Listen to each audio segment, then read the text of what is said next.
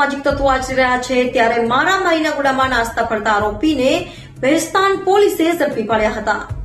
સુરતમાં ગુનેગારોની શાન ઠેકાણે પાડવા પોલીસ મેદાને આવી ગઈ છે ત્યારે ખુલ્લેઆમ મારામારી કરનારાઓ સામે પોલીસે હવે લાલાંક કરી છે।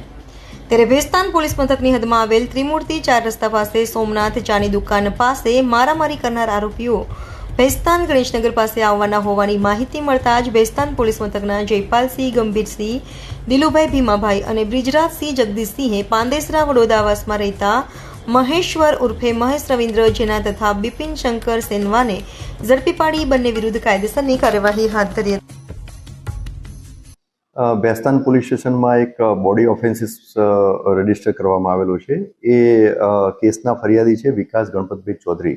આ વિકાસ ગણપતભાઈ ચૌધરી અને એમના મિત્રો ધૂળેટીના દિવસે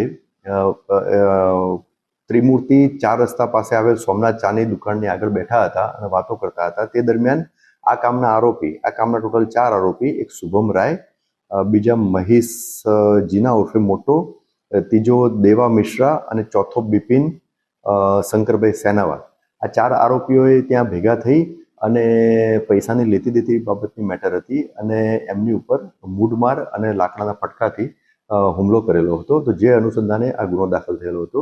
આ 4 આરોપીઓ પૈકી 2 આરોપીઓ એટલે કે મહેશ્વર ઉર્ફે મહેશ રવિન્દ્ર જૈના અને બિપિન શંકરભાઈ સેનાવા, આ બંને આરોપીઓ તપાસ દરમિયાન મળી આવેલ છે અને એમની ધરપકડની કાર્યવાહી ચાલુ છે।